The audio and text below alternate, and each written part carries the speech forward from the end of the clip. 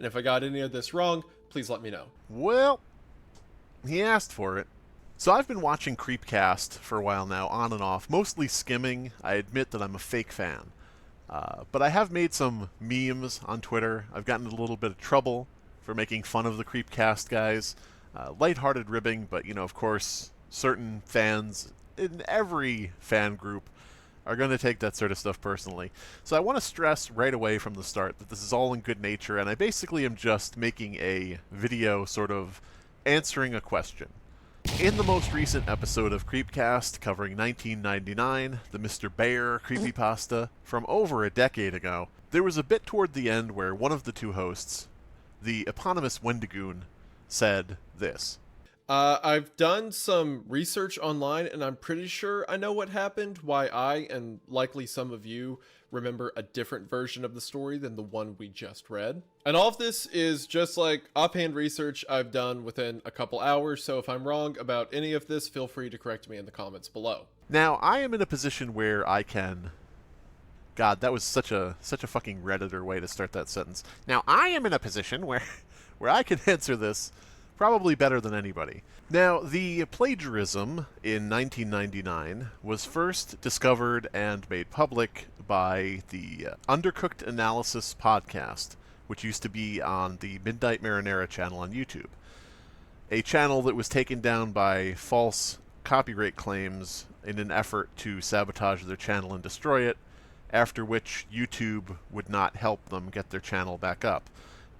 But anyway, the Undercooked Analysis podcast read through 1999, and during their reading, they discovered the Allen tutorial plagiarism, the Ubi plagiarism, and so on and so forth, and put that forward on their channel, basically making almost a special episode, like a once-in-a-lifetime event, where 1999 was outed for plagiarism. And that is how this first blew up. Now, one thing I should mention, too, is that I was a regular guest on that podcast. So I was essentially at ground zero back in 1999 when Mr. Bear's cellar collapsed. So as mentioned earlier, Camden Lamont is the original author of the 1999 story. In actuality, the author of the story is a fellow by the name of Alan Halsford. Camden Lamont is essentially a pen name or the name of the narrator in 1999. Now, Alan Halsford has sort of obscured this a lot, just confusing a lot of people. But here's the thing. When false DMCAs were being issued against people for uploading reviews of 1999 or discussions of the plagiarism, Alan Halsford was the person who was filing those DMCAs, not Camden Lamont. So you have one of two choices here. Either Alan Halsford is the actual author of the story and was filing DMCAs to cover up the plagiarism, or Alan Halsford is not the author and had entirely no right to file DMCAs because he didn't write the story. In other words, if Alan Halsford isn't Camden Lamont, what the fuck was he doing filing DMCAs? By the way, those DMCAs were filed against reviews of the story which are fair use and should never have been fucking struck. So remember when I mentioned Midnight Marinara being taken down by false DMCAs? That was for a reason, because that's what can happen when dipshits like Alan Halsford file false DMCAs against a bunch of fucking people. Now, in Midnight Marinara's case, it wasn't him that took down their channel, but who knows if he took down somebody else's with his bullshit. He posted the story to his personal blog on November the 14th of 2009. Again, with subsequent updates coming out on the dates listed within this episode. Now, back when Alan Halsford was filing these false DMCAs, I emailed him to find out, what the fuck was going on. So let's take a look at what Alan Halsford had to say regarding the questions I had sent him. The original story wasn't on one page like you see now. It was multiple posts made on various dates. Slackla Lane and Slackla Lane are mirror blogs where all of the 1999 related posts are copy-pasted from unauthorized posts on Wikia, Wattpad, etc. So right here, Alan Halsford directly says that the Slackla Lane blog is not where the story was originally posted. It was copy and pasted from other locations. They were set up temporarily for DMCAs, and have stayed up since there are still some foreign sites that haven't replaced their copies with the actual version. So, in other words, this was set up for the DMCAs, meaning that when the Slack Lane 2009 post was cited as the original place that the story was posted, that was a lie. This is DMCA fraud. The dude faked blog posts with a fake date to file fake DMCAs, citing the fake blog post as the original source of the work. Holy fucking shit. Now, I pointed all this out in the beginning when I first got this, but of course nobody listened, so whatever. Take them with a grain of salt, as they're all altered in some way. Slack Lane is mostly the original blog with minor changes, whereas Slack Lane has so many copies of unauthorized posts that they don't make sense at all without context. Now, you may also notice that when he's filing these DMCAs, he's copy and pasting other people's versions of the story, like where they've edited it or meddled with it. He's taking other people's copies with different things that they've edited, and he's posting that to his blog as well in order to claim those versions. It's just fucking nutty. The foreign language posts were originally just Slack Lane posts unrelated to 1999. So right here he's admitting that the posts on Slack Lane were other posts that he edited to change to copies of 1999. So in other words, he would have a unrelated blog post, like saying, hey, I just visited Machu Picchu, here are some photos. And he took that old blog post, and in 2019, he edited that 2009 blog post to change it to a copy of 1999. In other words, he took the old post and completely changed what it was, and then went on a DMCA form and lied, saying that that was the original post of 1999, back in 2009. We replaced the text on the original posts with the translated content to successfully claim them. For any DMCA notice to be marked as valid, the links need to include the exact text repeated on the website. They require an authorized copy of the copyrighted work. And although the translated versions were unauthorized, we needed to update the blog with their altered text to satisfy the ridiculous copyright system. If you view the source code, not the dates above the titles, you'll see that they were updated much more recently than the 2011-12 original post dates. By the way, if we look at the supposed original post on the Slack Lane blog, we can see that it was actually last edited in 2020. Now, why was Alan Halsford or Camden Lamont, probably the same person, doing all of this? Well, he says right here, don't quote me on this, sorry, too late, but Camden's been serious about publishing the original story to Google Books and or Amazon by the end of the year. People have been requesting books, movies, etc. deals for 1999 for a long time, and I think he's finally found a publisher he'd be happy with. Nothing is final right now, and he hasn't been vocal about it because if the plagiarism isn't replaced, there's really no way he's going to be able to go through with that. So all of these false DMCAs to cover up the plagiarism were because Alan Halsford or Camden Lamont, totally not the same person, wanted a book deal or movie deal. So any sign of plagiarism had to be covered up at the expense of all the channels catching false DMCAs. Not even asked to take down the story, just immediately DMCA'd without even being notified that it was going to happen.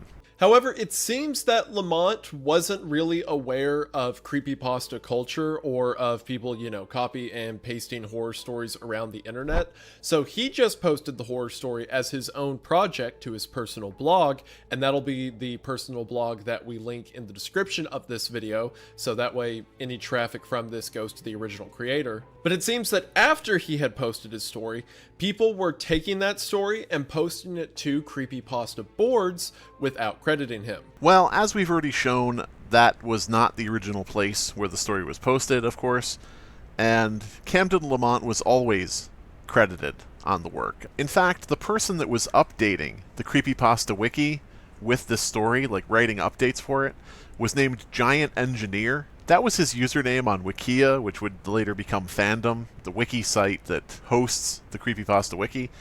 Giant Engineer was the username. By the way, Camden Lamont, IRL, an engineer.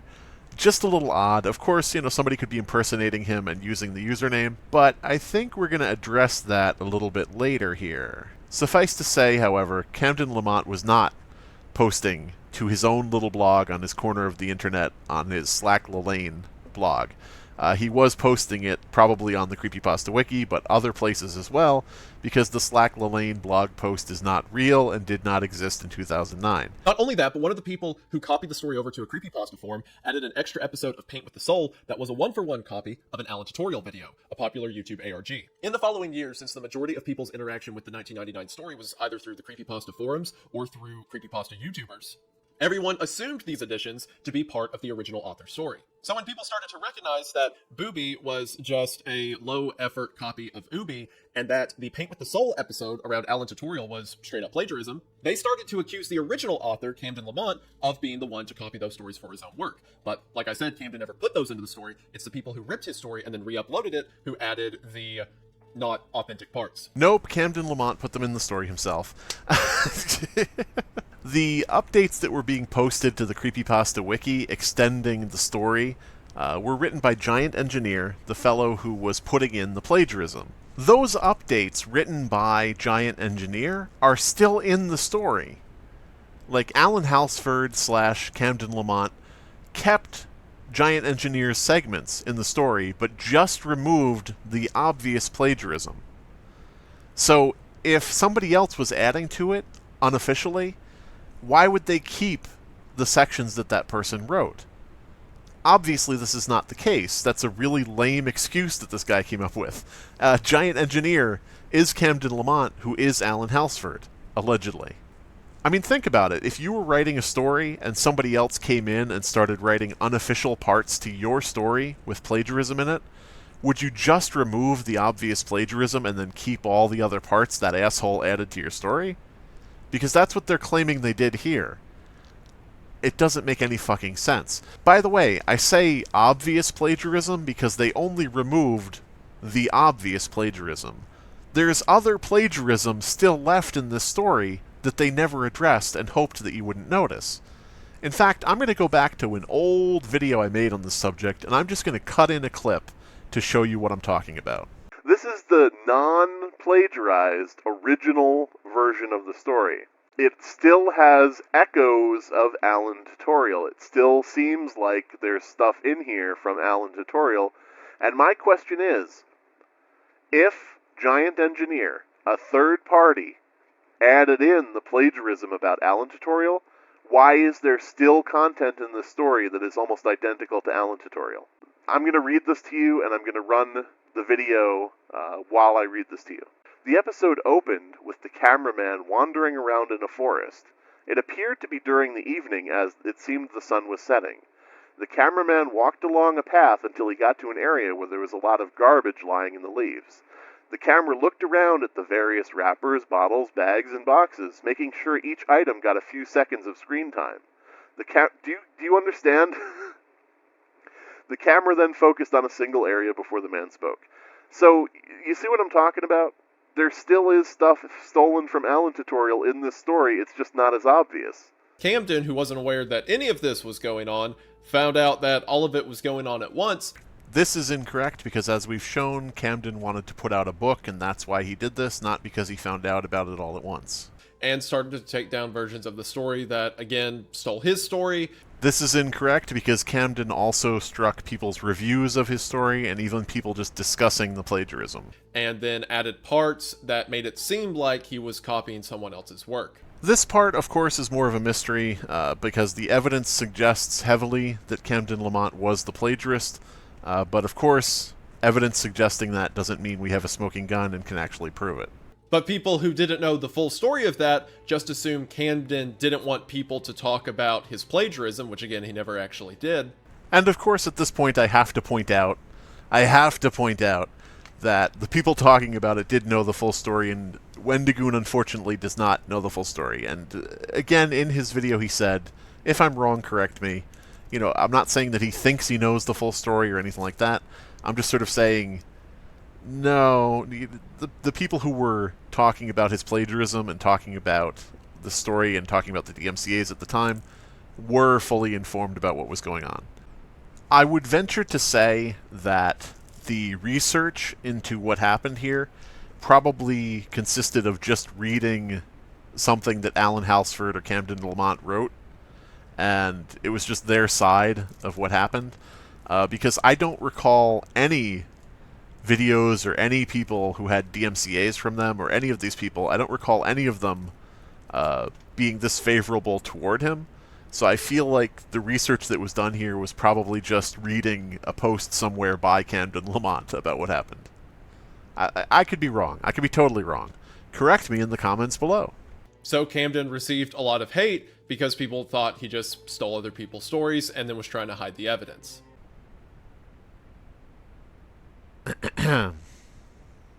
So the version that we read today is Camden's original work as he originally wrote it, and all the stuff about plagiarism and whatnot are from people who wrote the story in the first place. Again, link to his original blog post in the description, and if I got any of this wrong, please let me know.